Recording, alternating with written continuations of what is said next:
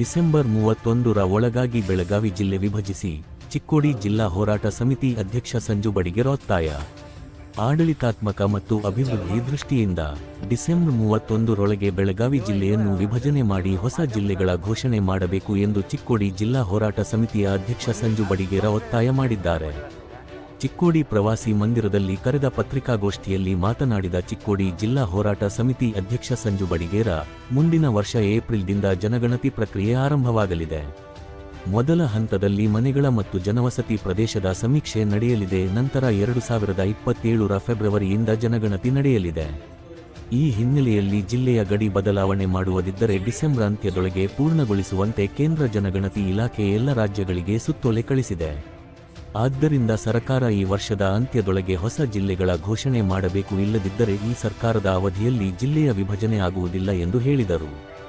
ಚಿಕ್ಕೋಡಿ ಜಿಲ್ಲಾ ಹೋರಾಟ ಸಮಿತಿಯ ಕಾರ್ಯದರ್ಶಿ ಚಂದ್ರಕಾಂತ ಹುಕ್ಕೇರಿ ಮಾತನಾಡಿ, ಕಳೆದ ಹಲವಾರು ವರ್ಷಗಳಿಂದ ಚಿಕ್ಕೋಡಿ ಪ್ರತ್ಯೇಕ ಜಿಲ್ಲೆಗಾಗಿ ಹೋರಾಟವನ್ನು ಮಾಡಿಕೊಂಡು ಬರುತ್ತಿದ್ದೇವೆ. ಆದರೂ ಕೂಡ ಜಿಲ್ಲೆಯ ಕನಸು ನನಸು ಆಗುತ್ತಿಲ್ಲ. ಸರ್ಕಾರ ಆಡಳಿತಾತ್ಮಕ ದೃಷ್ಟಿಯಿಂದ ಕೂಡಲೇ ಬೆಳಗಾವಿ ಜಿಲ್ಲೆಯನ್ನು ವಿಭಜಿಸಬೇಕು ಎಂದರು.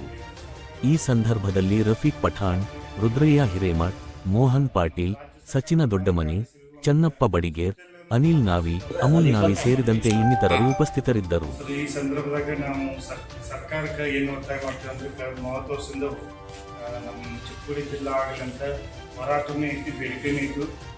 ಸರ್ಕಾರ ಇವತ್ತಿನವರೆಗೂ ನಾವು ಮಾಡ್ತೇವೆ ಹೇಳ್ಕೊತ ಬಂದೈತಿ. ಆದ್ರೆ ನಾವು ಇದನ್ನ ಸರ್ಕಾರ ನಡೆಯೋದನ್ನ ಖಂಡಿಸ್ತೇವೆ. ಸರ್ಕಾರ ಏನಾದ್ರೂ ಮುಂದೆ ಈ ಭಾಗದ ಸಮಸ್ಯೆ ಆಯಿತು, ಏನು ಬೇಡಿಕೆ ಇತ್ತು ಅದನ್ನ ಸ್ಪಂದಿಸಿ ಜಿಲ್ಲಾ ಮಾಡಕ್ಕೆ ಮುಂದಾಗಬೇಕು.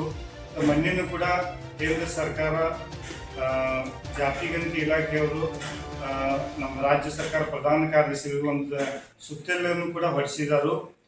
ನೀವೇನಾದರೂ ತಾಲೂಕುಗಳು, ನಗರಗಳು, ಗ್ರಾಮ ಮಟ್ಟದಾಗಲಿ ವಿಂಗಡಣೆ ಮಾಡೋರು ಆದಷ್ಟು ಬೇಗನೆ ಮಾಡಬೇಕು. ಡಿಸೆಂಬರ್ 30ರೊಳಗಾಗಿ ನೀವು ಮಾಡಿದ್ರೆ ನಿಮ್ಗೆ ಅವಕಾಶ ಐತಿ.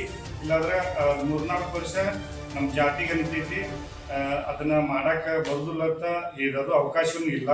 ಸರ್ಕಾರ ಇದನ್ನೆಲ್ಲ ಗಮನ ಇಟ್ಕೊಂಡು ಇನ್ನೂ ಇಷ್ಟು ಈಗ ಒಂದು ವಾರ ಆಯ್ತು ಕೇಂದ್ರ ಸರ್ಕಾರ ಸುತ್ತೋಲೆ ಹೊರಡಿಸಿದ್ರು ಸರ್ಕಾರ ಇವತ್ತಿನವರೆಗೂ ಯಾವುದೇ ರೀತಿ ಪ್ರತಿಕ್ರಿಯೆ ಉತ್ತರ ಕೊಡೋದಾಗ್ಲಿ ಕೊಡಕ್ಕೆ ಮುಂದಾಗಿಲ್ಲ.